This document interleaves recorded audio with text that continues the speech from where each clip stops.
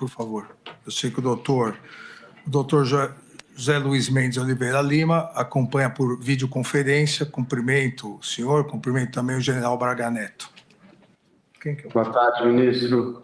Boa tarde, ministro. Boa tarde, ministro Fux. Boa tarde, procurador-geral. Não, é um homem. Não estou com telefone. Não? Já liguei.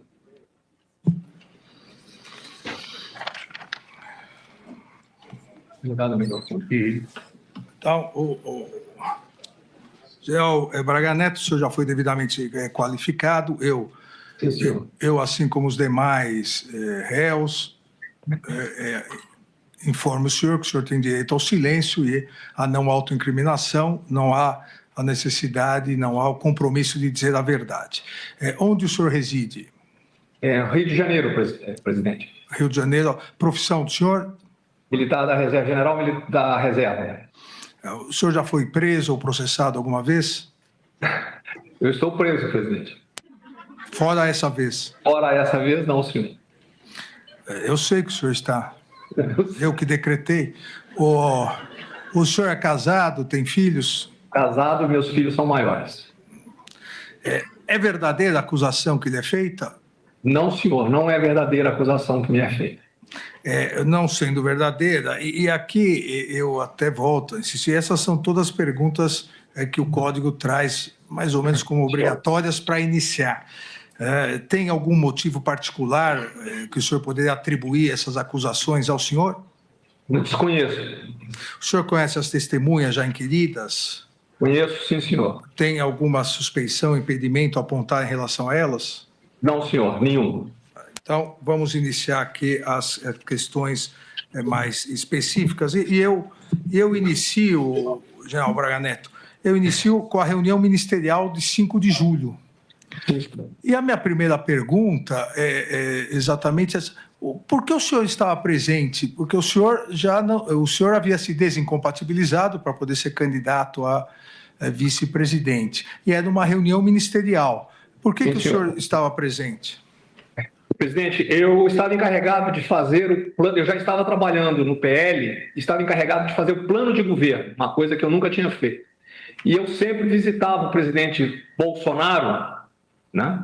E quando eu cheguei lá, o presidente me convidou para assistir à reunião. Para mim era interessante porque eu poderia escutar as informações dos ministros. Talvez tivesse alguma coisa que interessasse para mim para o plano de governo. Nessa reunião, e já foi aqui citada várias vezes, porque há vários participantes da reunião aqui hoje presentes, o ministro Anderson Torres, o general Paulo Sérgio, o general Heleno, o próprio presidente Bolsonaro e o senhor também. Nessa reunião, várias manifestações contrárias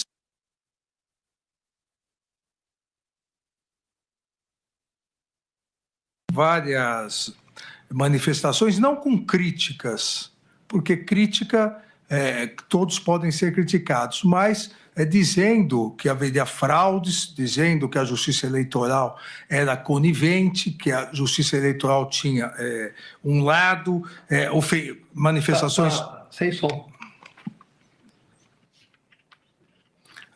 Melhorou, general?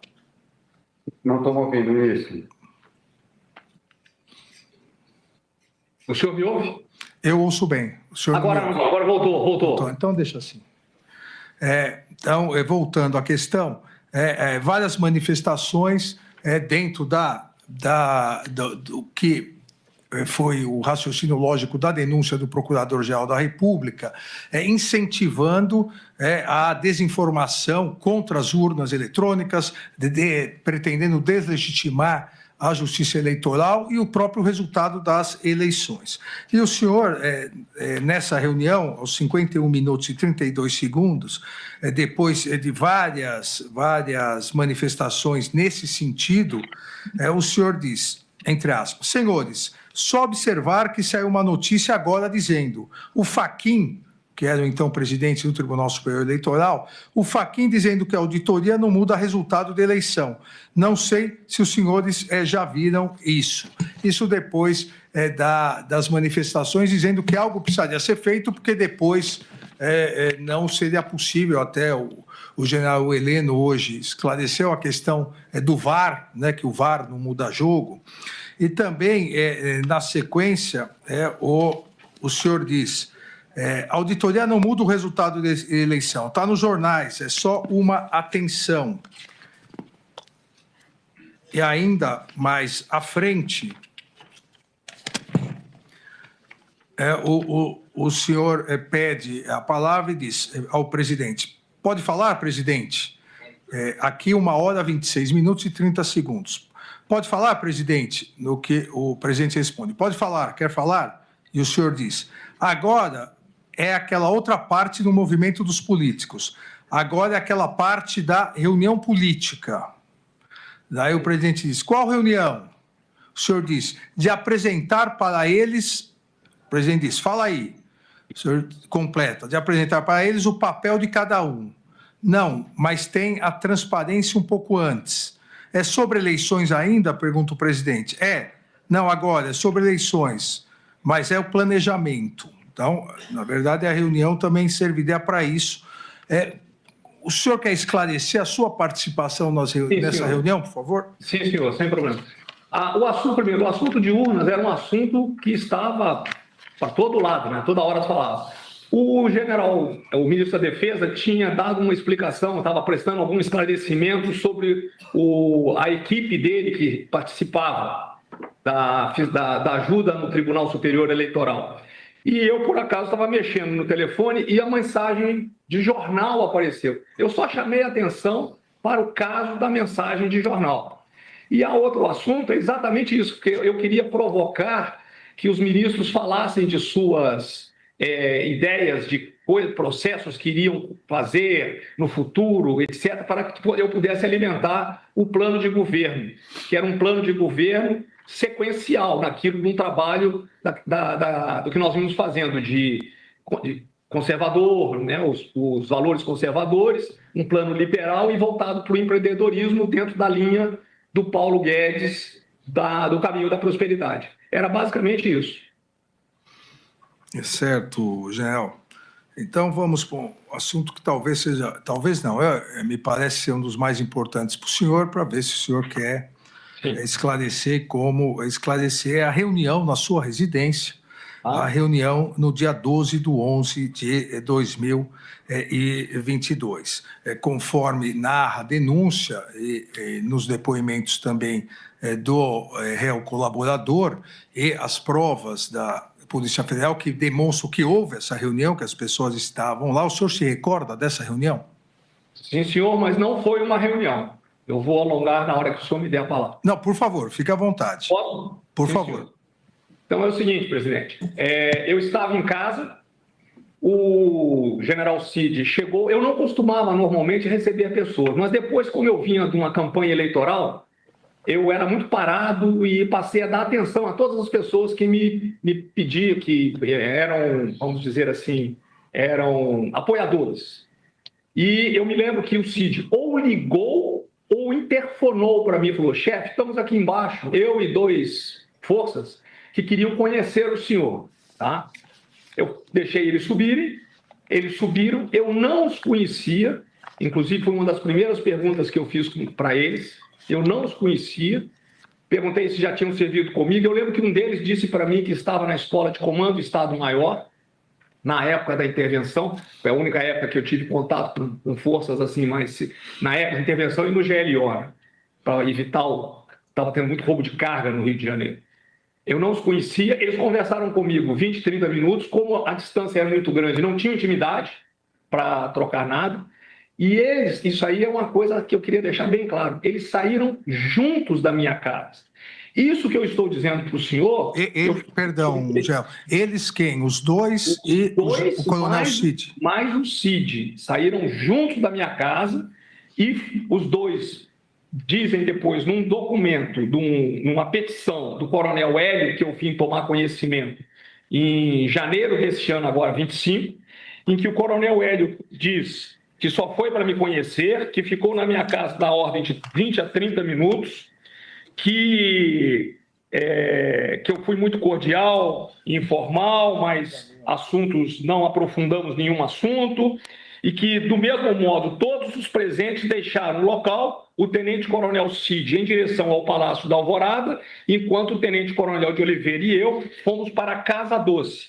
E nessa petição ele também disse que havia uma série de outras opções antes dele resolverem ir para a Casa Doce. Então, aquilo foi acaso.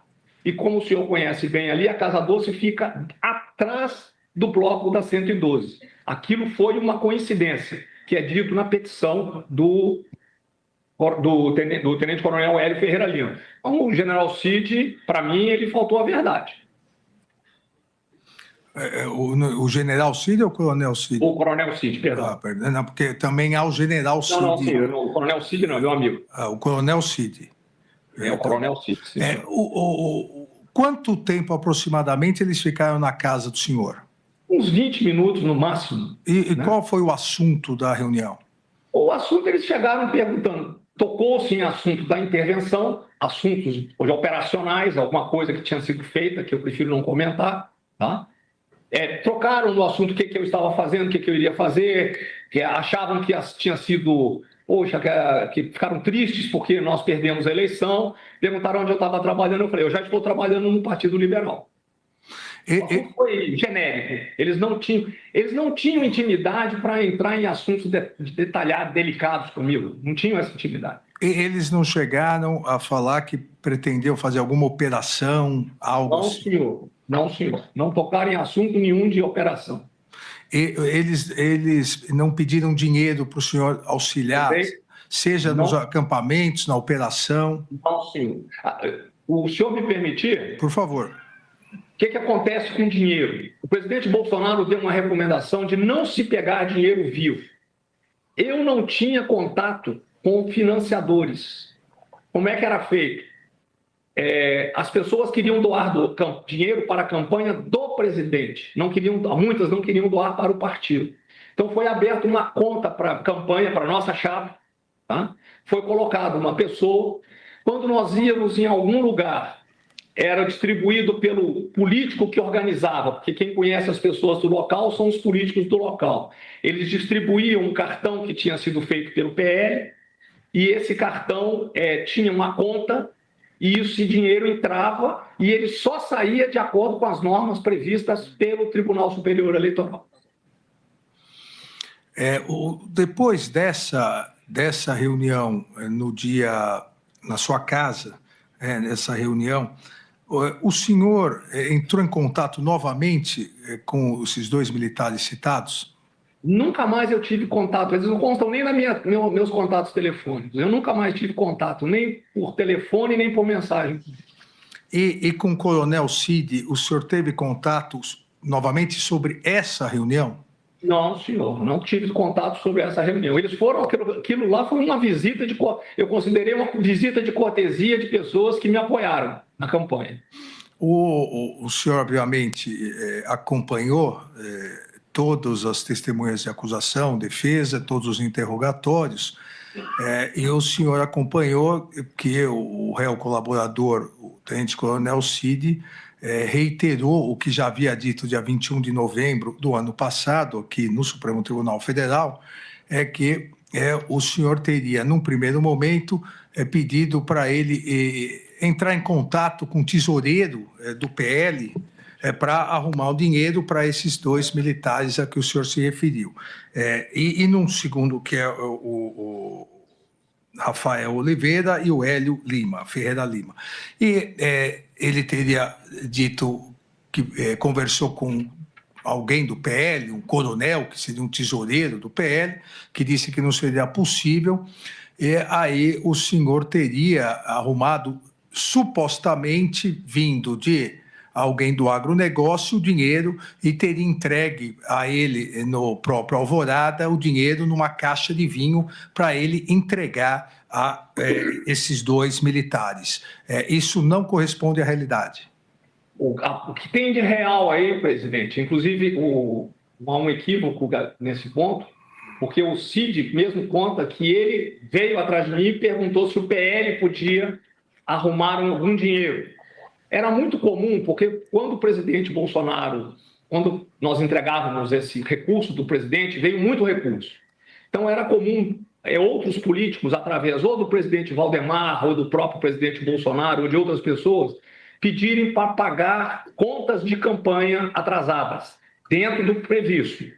O Cid veio atrás, perguntou, general, o PL pode conseguir algum recurso que nós estamos precisando? Na minha cabeça, tem alguma coisa a ver com campanha. Eu viro para ele, como está nos autos, falo assim, procura o Azevedo, procura o tesoureiro, que era o Azevedo. Ele procurou o Azevedo, eu deixei para o Azevedo, porque eu não sabia o que era.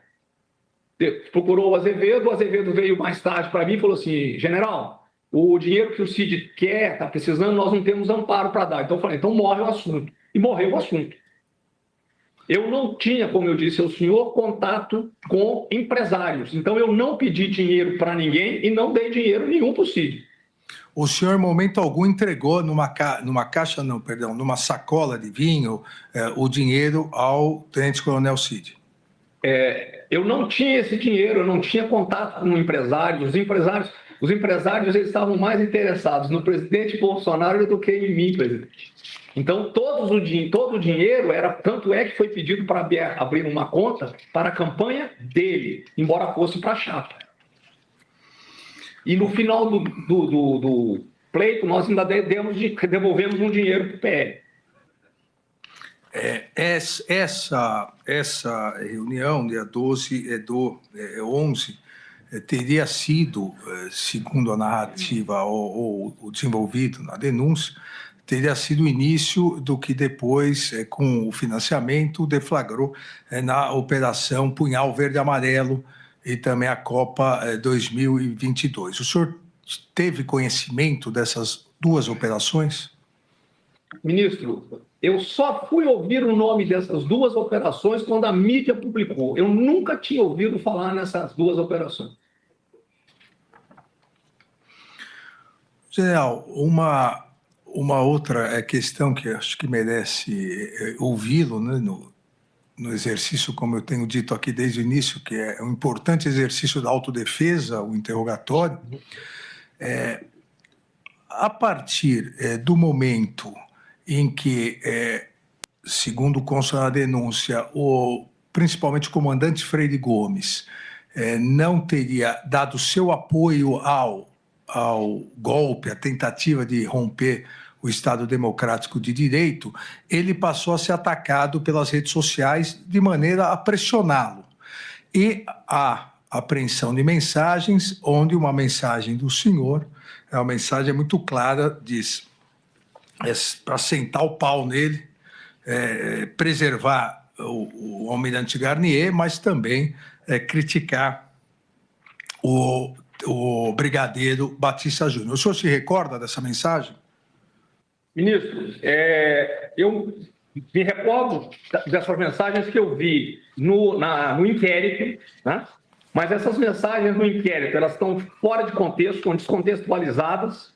Eu não me lembro de ter enviado essa mensagem, tá? Eu não me lembro de eu ter feito essa mensagem. E por isso, uma coisa eu posso confirmar para o senhor com certeza. Eu jamais ordenei ou coordenei ataques a nenhum dos chefes militares. Pelo contato que eu tinha com eles, se eu tivesse que falar alguma coisa, eu falaria pessoalmente com eles. E eu não tinha contato com eles. Eu não coordenei isso aí. O senhor recebeu mensagens no dia 7/12, que foi exatamente no dia da reunião que o presidente Bolsonaro teve com o então ministro da Defesa, general Paulo Sérgio, o comandante Freire Gomes e o almirante Garnier. O senhor recebeu mensagens que constam também nos autos, do capitão Sérgio Rocha Cordeiro, e trocou mensagens com ele. Então, seria uma conversa, eu vou ler aqui. Força, Cordeiro. Porra, parece que tem uma reunião importante aí no Alvorada agora. Mostra esse vídeo para o comandante. Bota essa para todo mundo ver. Cara, minha história é marcada por momentos como esse que a gente está vivendo. E uma mensagem dele enviada para o senhor: Força General. General, está havendo uma reunião importante, eu acredito. E acredito que o senhor esteja presente. Ele também mandando para o senhor. O Mário Fernandes mandando para o Cordeiro, Sérgio Rocha Cordeiro, a primeira mensagem, e o Mário Fernandes mandando para o senhor essa segunda mensagem, no mesmo dia em que estaria ocorrendo a reunião. O senhor se recorda de ter recebido essa segunda mensagem? Eu repito: Força General. General, está havendo uma reunião importante agora no Alvorada, eu acredito. E acredito que o senhor esteja presente. Se recorda, não? Eu não me recordo, eu não me recordo de ter visto, de ter lido a mensagem, de ter visto a mensagem ou ouvido. Era vídeo? Era áudio, presidente? Não, era mensagem de WhatsApp. De WhatsApp. O que eu me lembro, eu não respondi essa mensagem dele. Eu dei uma olhada assim e não me lembro. Não, eu tenho certeza que eu não respondi. Nem tomei conhecimento. Certo. Há um vídeo também que circulou nas redes sociais. No final do ano, o senhor compareceu ao acampamento. Não era acampamento, o senhor estaria saindo do Palácio, no Cercadinho, no conhecido então como Cercadinho, e teria dado declarações quando os populares chegaram até o senhor, teria dado declarações: não acabou, calma, fiquem tranquilos. O senhor gostaria de esclarecer esse vídeo que acabou viralizando, né, nas redes sociais? Isso aí é até bom, presidente, para ficar bem claro isso aí. Eu não costumava parar ali na frente do Palácio, porque normalmente tinha muita gente. O próprio presidente tinha falado para mim para tomar cuidado para não parar ali. Naquele dia tinha pouca gente, tinha uma senhora na chuva com uma criança chorando, fazendo sinal para mim, pedindo para parar para tirar uma foto comigo. Quando eu parei ao lado da senhora, ela começou a chorar, né? Eu até abraço a senhora, eu estava até com uma bala na boca, eu lembro desse vídeo, estava com a bala na boca. Ela chorando, eu falei: minha senhora, eu falo, vamos ter fé para ela, normal, né? E eu falo assim: não, tem alguma coisa aí, só não posso falar o que é. É porque eu sabia que o PL ia entrar com aquele documento no Tribunal Superior Eleitoral. E eu achei que aquilo poderia render alguma coisa. Eu não me lembro exatamente se eram 3 ou 2 dias. E eu não podia dizer para ela: não, fica tranquila, porque o PL vai entrar, porque vai que o PL resolve não entrar com o documento. Então, foi exatamente por causa disso que eu disse para ela: vamos ter fé que vem alguma coisa aí, vamos ver o que dá. As datas, o senhor vai ver que foi logo depois que entrou com o documento. Pois não. Há ainda uma outra troca de mensagens no dia 14/12. É o dia da segunda reunião, aqui tratada entre o comandante, entre o ministro da Defesa e aí os 3 comandantes. Uma mensagem enviada por Ailton Barros para o senhor, que encaminhou outra mensagem que teria recebido, na verdade é o encaminhamento de uma mensagem que ele faz ao senhor, que o senhor teria recebido de Forças Especiais, e nos autos a captura da tela do celular do senhor. Ele remete uma mensagem, ele encaminha uma mensagem que ele recebeu. Cada vez mais a nação brasileira precisa de você e exige o seu posicionamento. Que de preto é apoiar o governo, visto que são instituições de Estado. É exatamente o enfoque. Precisamos salvar o nosso Estado democrático de direito. Qual é a dúvida? Qual é o receio? Ou você toma uma atitude de patriota, urgentemente, ou todos nós, militares, amargaremos pelo resto de nossas vidas a marca da desonra, da covardia e de ser... Aqui está seremos, mas seria sermos considerados traidores da pátria, mesmo honrando o glorioso exército de Caxias ao longo de toda a nossa história. Então, aqui é essa mensagem, o Ailton Barros reencaminha para o senhor, aquelas mensagens que são reencaminhadas. E o senhor, na tela, consta, o senhor responde: meu amigo, infelizmente tenho que dizer que a culpa pelo que está acontecendo e acontecerá é do general Freire Gomes. Omissão e indecisão não cabem a um combatente. ao que ele responde: então vamos continuar na pressão, e se isso se confirmar, vamos oferecer a cabeça dele aos leões. E vem a sua resposta: oferece a cabeça dele, cagão. O senhor se recorda dessa? Sim.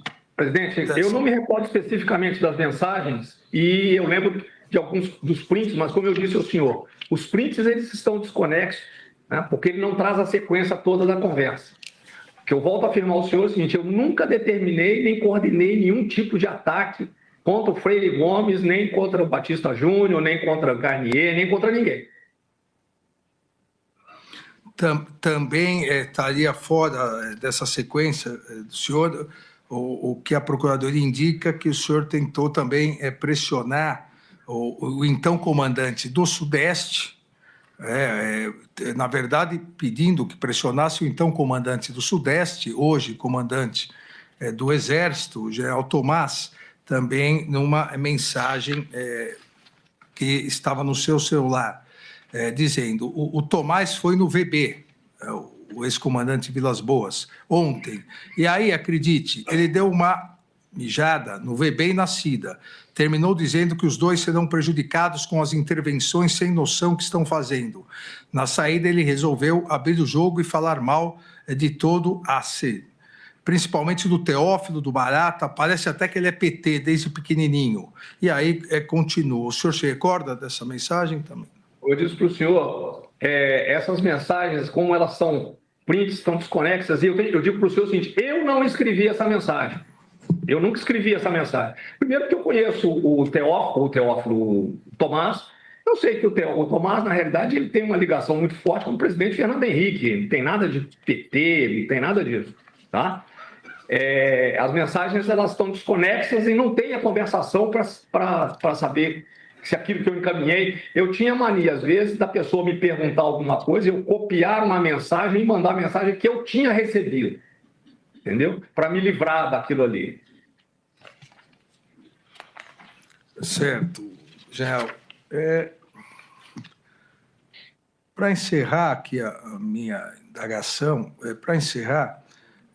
o senhor entrou em contato, o senhor até na confusão de patentes falou no general Cid, que na verdade é o general Lorena Cid, que foi comandante, inclusive, do Sudeste, né? O senhor chegou a entrar em contato com o general Lorena Cid para conversar sobre a colaboração premiada que tinha sido realizada pelo filho dele, o réu colaborador, Tenente Coronel Cid? Eu agradeço ao senhor, digo para o senhor, eu nunca telefonei para o Cid. Quando o Cid estava aqui em Brasília ainda, antes, lá no início, que o pai dele, o general, veio a Brasília, eu inclusive fui pessoalmente, eu e minha esposa, na casa dele, lá no início, lá atrás, 23. Foi quando eu visitei o Cid e eu perguntei como é que ele estava, para dar um apoio moral a ele. Essa mensagem que dizem que eu falei com o Cid, o pai do Cid é que me ligou. E o que ele me queria? Ele me pediu, foi ele que me pediu. Ele queria apoio político para o filho dele. Ele reclamava que as pessoas só falavam do 8 de janeiro e ninguém falava do filho dele. Tá? Foi isso que aconteceu. Quem me liga é o pai do Cid. Eu nunca entrei em contato com ele, nem nunca perguntei nada sobre delação premiada do Cid. Agradeço, general. Eu passo a palavra ao ministro Luiz Fux. Muito obrigado, ministro Alexandre Moraes. General, o senhor visitou em alguma oportunidade o acampamento?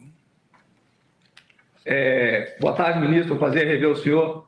Seguinte, eu passei na frente do acampamento uma vez de moto para poder ver como é que estava, porque o presidente mesmo aconselhou que nós não parássemos no acampamento, não fôssemos no acampamento.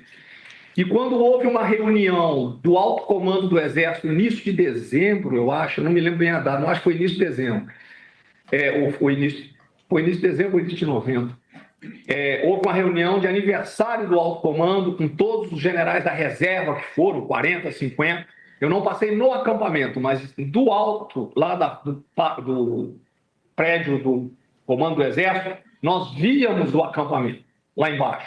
Foi as únicas vezes que eu fiz. E eu passei uma vez de moto ali para ver, para ter uma ideia, porque todo mundo falava, mas não parei. General, com o volume de pessoas naquele acampamento, era previsível que houvesse essa insurreição que ocorreu no dia 8 de janeiro? Presidente, as informações que eu recebia do acampamento, assim, as informações que eu digo com as pessoas que eu encontrava, com a própria dona Cida, que às vezes frequentava o acampamento, e que o pessoal comentava, na própria igreja lá o pessoal tinha gente que ia no acampamento, era que era um lugar pacífico, né? Que tinha inclusive igrejas, tinha tudo. Eu nunca imaginei que aquilo ali ia continuar. Eu, inclusive, não entendi por que o Exército, quando começamos a ver, nós vimos que tínhamos que desmobilizar, não começou a convidar as pessoas para irem embora, entendeu? Para poder liberar, porque o presidente foi embora para os Estados Unidos, eu viajei também, não tinha mais nada ali. Pois não. General, alguém assinou esse plano verde-amarelo, esse punhal verde-amarelo? Eu desconheço esse plano, nunca vi esse plano. Satisfeito. Agradeço, Luiz Fux. Passo a palavra ao Procurador-Geral. Obrigado, ministro relator. Eu saúdo o general e os seus ilustres advogados.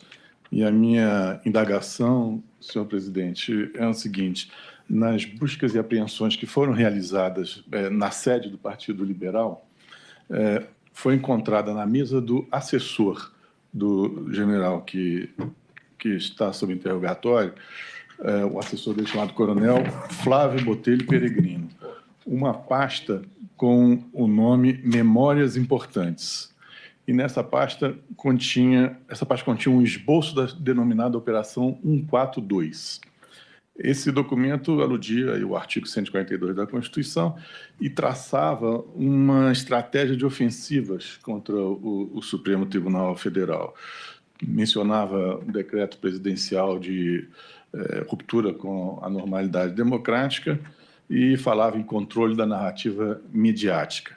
O plano previa ações como anulação das eleições, prorrogação dos mandatos, substituição de todo o TSE e preparação de novas eleições. E, no final, o documento estabelecia: Lula não sobe a rampa.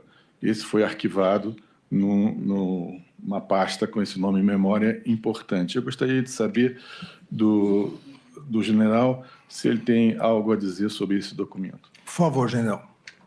O Peregrino, ele era um assessor meu voltado basicamente para a comunicação social e ele fazia media training para mim e tudo mais. Ele nunca me apresentou esse documento. Eu vi o documento, eu vi o esboço, aquele é um pedaço de papel com um desenho escrito. Eu vi quando eu tive acesso ao inquérito, mas o Peregrino nunca me apresentou aquilo, nem tocou no assunto. Mas ele era encarregado de fazer qualquer possibilidade de arguição que eu tivesse, ele me preparava para a mídia 3.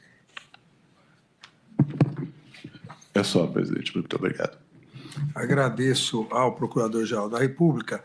Eu passo a palavra ao doutor Jair Alves Pereira, advogado do réu colaborador. Sem perguntas, ministro. Obrigado. Agradeço.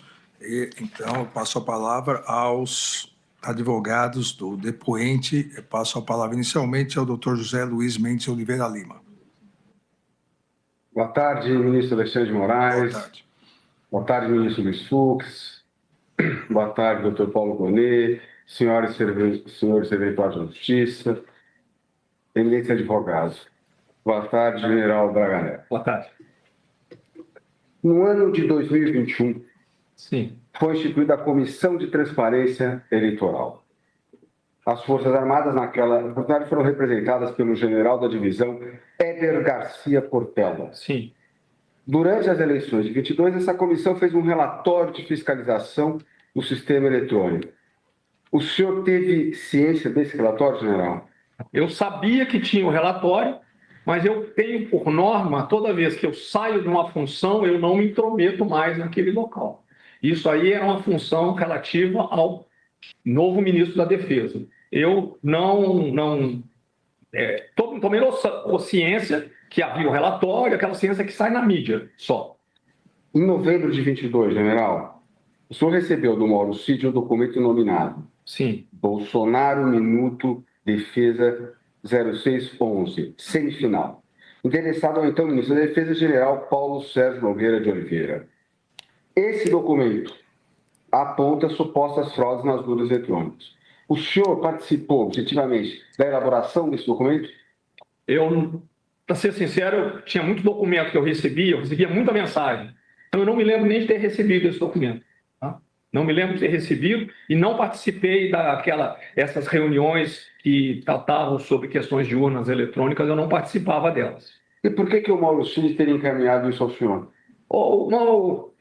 Muitas pessoas tinham na cabeça que eu era a pessoa, o braço direito de Bolsonaro, eu estava ligado porque eu era candidato a vice-presidente, para me dar conhecimento, porque eu tinha sido candidato a vice-presidente, porque eu estava no PL, eu não sei o motivo que ele fez. E o senhor discutiu esse documento com o Mauro, Não. com o general Paulo Sérgio Nogueira ou com alguma outra pessoa? Não, senhor, nunca discuti esse documento com ninguém. Na opinião do senhor e pela experiência do senhor, a eleição de 2022 teve fraude? Não, senhor, teve fraude. General, eu vou precisar ser específico, mais específico sobre algumas questões que foram colocadas, ministro Alexandre, rapidamente. Eu preciso ser mais... O senhor tem conhecimento, o senhor teve conhecimento, na época, de qualquer tipo de plano que atentasse contra a vida de ministros, entre eles o eminente ministro Alexandre de Moraes, ou integrantes do Poder Executivo? Doutor, é o seguinte, eu fui para fora do Brasil, fiquei 9 meses numa área de combate numa brigada australiana defendendo a democracia. Eu sou um democrata, eu não queria participar de um plano, apoiar um plano que falasse de atentado contra autoridades do legislativo, autoridades brasileiras, do executivo, não queria participar de um plano desse. O senhor participou da discussão de alguma elaboração de algum outro plano? Não, senhor, não participei.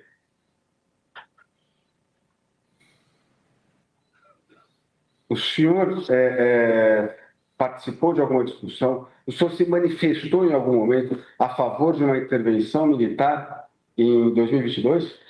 Nunca.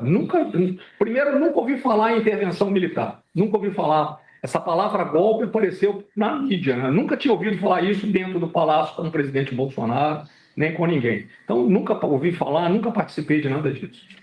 Respondendo a uma indagação, agora mudando do tema, falando da reunião na sua casa. Sim. Respondendo a uma indagação do eminente relator, quando o senhor fala do diálogo com as pessoas que foram até a sua casa, o senhor fala assim, olha, eu falei até de intervenção. Mas para ficar claro, essa intervenção, quando o senhor mencionar o eminente relator, é a intervenção no Rio de Janeiro? Sim, a intervenção militar, porque as pessoas, os FS que trabalharam comigo na intervenção, né? Normalmente eu só tinha contato com o comandante do batalhão, é claro, não falava com eles. Mas os FS tinham uma certa, vamos dizer assim, um respeito muito grande por mim. Então é a intervenção na segurança pública do Rio de Janeiro. O senhor assistiu ontem o interrogatório do tenente-coronel, do relator Mauro Cid. Para você ficar bem claro, ele disse que ele ficou 15 ou 20 minutos na sua casa e que depois ele saiu. Para ser bem claro, o senhor disse que ele ficou todo o tempo na sua casa? Ele ficou o tempo todo na minha casa e quando eu tive acesso a essa documentação, a essa petição do Hélio Ferreira Lima, que eu nem sabia que tinha essa petição dele, ele conta a história exatamente como foi. Eles chegaram, subiram, não me conheciam, queriam me conhecer por eu ser uma pessoa de certo renome, falaram amenidades, porque a distância era muito grande, eu os recebi muito bem, e saíram os 3 juntos, sendo que ele diz que ele e o outro foram, não esqueço até o nome do outro menino, foram para o Casa Doce, e o Cid tinha falado que tinha voltado para o Planalto. Então ele faltou com a verdade. Ele faltou com a verdade. Tem um trecho, general, quando o colaborador presta depoimento no Supremo Tribunal Federal, em 21 de novembro de 24, ele afirma o seguinte: De Oliveira já conhecia o general Braga Neto anteriormente. Parece que já tinha servido com ele no Rio, na intervenção, né? Com o trabalho de forças especiais. Tinha uma ligação muito próxima ao general. Está na peça 77, né? Página 623 da PET 11767. O senhor, de fato, tinha uma ligação muito estreita, muito próxima ao Major de Oliveira? É verdade essa afirmação? Não é verdade. Quando as forças especiais chegaram no Rio, eles estiveram em 2 etapas. Primeiro num GLO, ficaram 6 meses comigo lá, e depois na intervenção durante 1 ano. O meu contato com eles era só com os comandantes, tá? Eu não tinha contato com a tropa e com os operadores especiais. Se ele estava, eu nem sabia disso. Se ele estava nas operações lá de baixo, ele não teve contato comigo lá na intervenção, pessoal. Também o réu colaborador, portanto, ele faltou com a verdade nessa afirmação, é isso? Não é verdade. Sim. O réu colaborador disse ainda, a respeito dessa reunião realizada na casa do senhor, aspas, começaram a surgir algumas ideias. Não, vamos mobilizar os caminhoneiros, parar o país. Não, vamos bloquear estradas. Então, ideias que podiam ser feitas para... Quando entrou no nível de ideias, o general Braga Neto interrompeu e falou assim, não, Cid, não, o Cid não pode participar. Tire o Cid, porque ele é próximo ao Bolsonaro. Essa afirmação... Falso. É falso? Isso é falso. Como é que eu vou discutir um assunto desse com 2 pessoas que eu não conheço? Eu só os recebi porque o Cid, eu conheci o Cid, e ele disse que as pessoas queriam me cumprimentar. E eu tinha mudado o meu modo. Antigamente eu não tirava nem foto. Não recebia as pessoas. E aí eu fui aprendendo com o presidente Bolsonaro que eu tinha de dar atenção, etc. E eu estava trabalhando no partido. Foi simplesmente porque eu saí da campanha. O senhor presenciou ontem o depoimento do réu colaborador e até uma pergunta que eu falo, porque ele demorou 1 ano e 3 meses para falar dessa questão do dinheiro, e ele disse que o senhor teria entregue um dinheiro primeiro ele falou que era na sala dele, depois ele fala que era numa garagem. Essa afirmação dele é verdadeira, Não, general? não é. Como eu disse para o senhor, eu não tinha contato com financiadores, eu não tinha como arrumar dinheiro.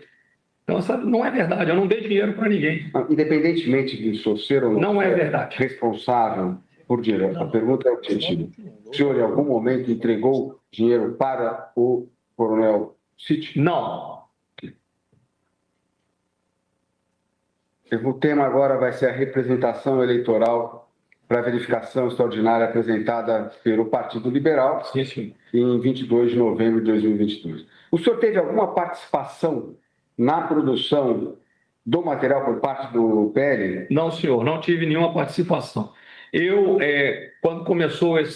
Quando terminou a eleição, eu passei a me dedicar eu fui trabalhar para o PL e para mim tudo era novidade. E o partido passou a ser o maior partido do país, então eu passei a estudar os partidos para poder organizar e alinhar o partido, já que o presidente Bolsonaro ia ser o presidente de honra, com o nosso plano de governo, a documentação do partido, fazer sugestões ao presidente Valdemar. Eu ia no presidente Valdemar para saber como é que nós iríamos fazer esse trabalho todo, e trabalhar também os movimentos, porque eu comentei com o presidente e conversei com o pessoal, que nós tínhamos de nos focar nas eleições para prefeitos e vereadores.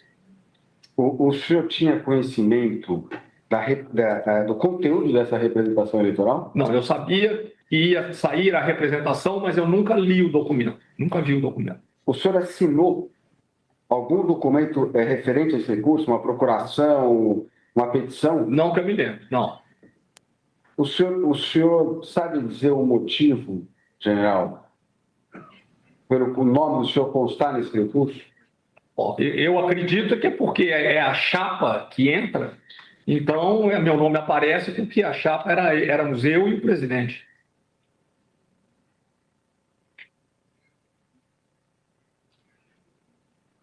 Em dezembro de 22, Sim. o senhor teve uma série de trocas de mensagem com Ailton Gonçalves Barros. Quando o senhor conheceu o senhor Ailton Barros?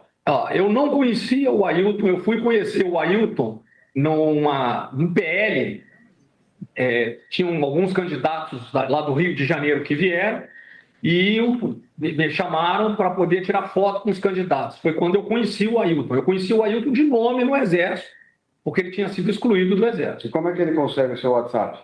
a todas as pessoas que iam lá pediam meu telefone, eu pegava o meu telefone com o secretário, todos eles pegavam o meu, tentavam pegar o do Bolsonaro, às vezes pediam do Bolsonaro, ele mandava eu dar o meu. O senhor fez alguma reunião com ele? Nunca tive reunião com o Ailton. Nunca tive. Ele é uma pessoa influente no Exército? Não, o Ailton foi excluído do Exército, não tem influência no Exército.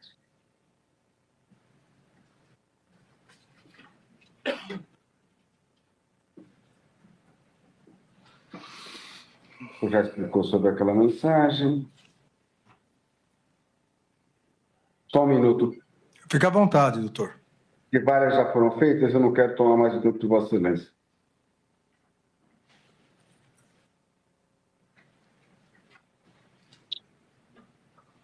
Em determinado momento, general, o réu colaborador, o senhor já apontou que ele faltou com a verdade em algumas oportunidades, ele fala o seguinte: Mauro Cid afirmou em sua delação que o general Braga Neto ele estava rachado com os generais da ativa. Então, o general Fernando Gomes, o general, ao conversava com o general Braga Neto, né, até por algumas críticas que andava fazendo, porque ele achava que os generais eram frouxos, melancias. A pergunta a respeito dessa fala do réu colaborador: por qual motivo, se é que é verdade, que o senhor estava rachado com os generais da ativa? Como eu disse para o senhor, eu não sei de onde tirou essa ideia. Eu nunca estive rachado com oficiais nenhum da ativa.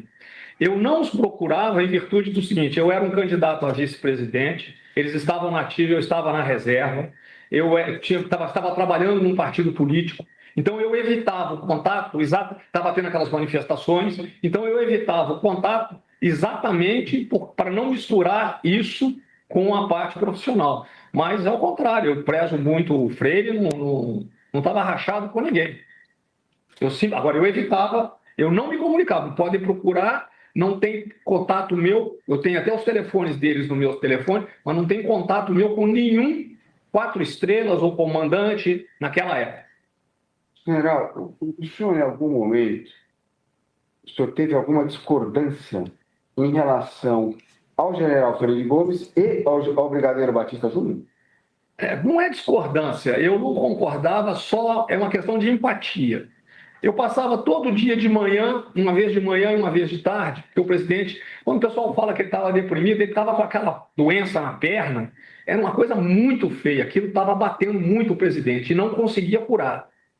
E eu achava que faltava da parte deles uma empatia maior para saber do presidente, dar uma atenção maior ao presidente. Às vezes que eu passava lá, eu perguntava: vieram aqui, não tinha essa informação. Eles não procuravam. E antes viviam procurando o presidente. Era só isso. Era uma questão de empatia, de falta de empatia deles com o presidente naquele caso que ele estava abatido em virtude da doença que ele estava sofrendo.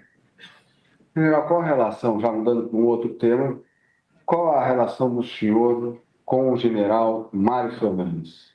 Olha, eu conheço o Mário. O Mário trabalhou aqui comigo. Comigo não. O Mário trabalhou mais com o ministro Ramos, com o general Ramos. O Mário era chefe do Estado-Maior aqui quando eu cuidava da Olimpíada, ele trabalhava com o Ramos na DR. Depois ele foi com o Ramos para o Palácio e trabalhava com o Ramos. Primeiro, eu acho que ele foi chefe de gabinete, depois ele foi secretário executivo. Então, o contato meu com o Mário era esse. Um militar considerado um excelente profissional, mas ele não tinha contato direto comigo, não tinha muito contato comigo. O acampamento, o tema agora é acampamento. O senhor, de alguma forma, tentou interferir na atuação da Polícia Federal que realizou apreensões nos acampamentos? Nunca. Eu não tinha nem poder para isso.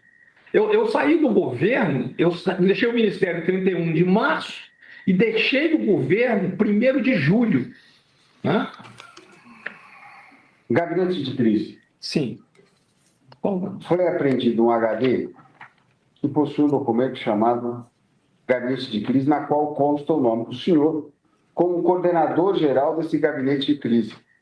O senhor tem conhecimento desse documento? Só fui saber disso quando apareceu na mídia. Tá? Apareceu na mídia. As pessoas tinham mania de usar o meu nome. Cansei de ver pessoas usando o meu nome.